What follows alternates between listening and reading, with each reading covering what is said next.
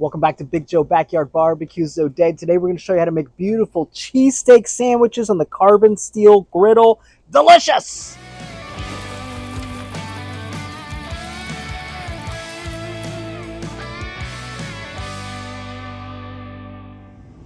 Grill setup for the griddle is usually I do about a quarter to a half full firebox full of charcoal. If we fill this thing all the way up, because we're going to have the lid open the entire time, it's going to be so much oxygen, it's going to get so hot, it's going to be tough on the gasket. So I like kind of a quarter to a half full. We'll get this lid up, get the charcoal going. You want to have charcoal going out all the way to the edge here so we have nice even heating on the griddle that's sitting on top of this. We're breaking in the Karbon Steel Griddle here, and this is going to sit right on the grill racks. You can see here it's going to sit on top. We want it to be angled slightly towards us so that all of our excess oil and everything, we can go right into this slot down here. And just so you can see for the heat, I've got it just cracked open a ton, and that's still giving us plenty of fire in there that you can see because we have air coming in from all over the side. And you definitely want to preheat this at least 10 minutes. We're going to go for about 20. Now for the steak, we're going to be going with a thin sliced ribeye. A lot of different options on the meat here. I've done this with thin New York strip.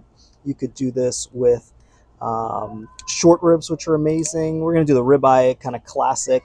And what I learned in Seoul, South Korea, of all places, at a barbecue joint, is you can use your kitchen shears to cut these into pieces, much easier than doing it when everything is kind of already on the grill and you're trying to separate them. I find it's a lot easier to do it ahead of time with some kitchen shears here. One of the keys to this cook is everything's going to go super fast on the griddle, so we want to have all of our ingredients already prepped, ready to get dumped on the griddle and all outside at our hands. We've got 5 sweet onions here. Kind of, you want to do a nice chop, but you can leave these half medallions here. They're going to fall apart once we get them onto the griddle. First up, we're going to put some ghee onto the griddle. So that's clarified butter. You can do any kind of oil that you want. I really like this. I find it to be really good. And then I like 2 tongs for this. And we're just going to get these onions nice and cooked. And we'll add some more ghee on top of this as well. All right, so once those onions have started to brown, we're going to add in some more ghee here. And this is going to be for our sliced portobello mushrooms. We'll get those in here.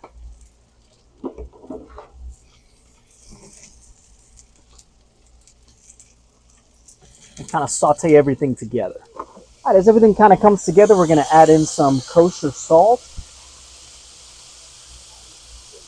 and fresh cracked pepper. All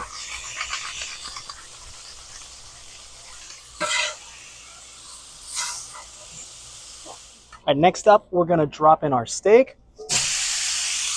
Get that moving around.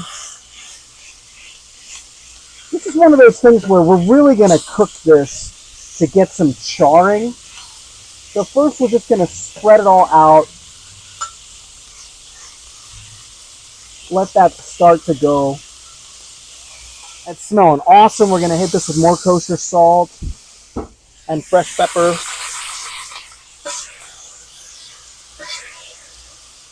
And at this point the steak is done. It's all the way cooked.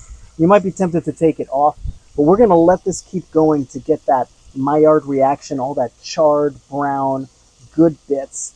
So we're going to let this keep going. It's still going to be crazy juicy because of the fat content that we have in the ribeye. So don't worry about that. We're going to be adding fat with the cheese as well. So I say keep pushing it. Wait until it's all nice and brown. Okay, we let that go another 5-6 minutes. We got some beautiful browning all over this beef. That's going to give us incredible flavor. We're going to add our mushroom and onions back in.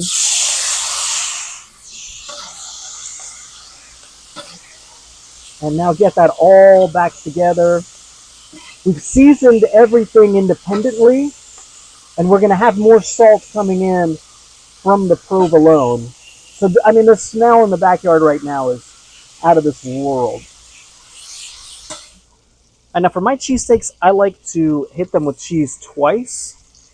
Once is kind of to create this melty, oozy goodness, kind of make like a base of cheese and fat in here. So we're going to melt this all down. Then we're going to add it in again when it's time to make some sandwiches.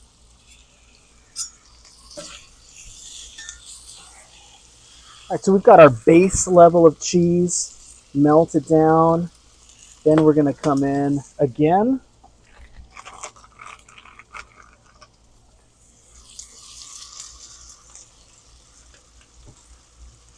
And this is going to make the bottom of our sandwich. And then we'll basically kind of come in underneath. And that'll be our cheesesteak, just like that. And then we're going to want to clean this while everything's still hot. So I'm going to pour in some water.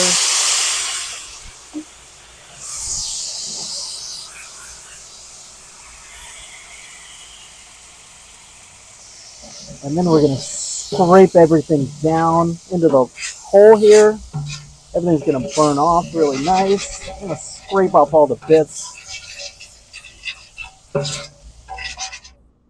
All right, we've got our cheesesteak ready here. We're going to give it a bite.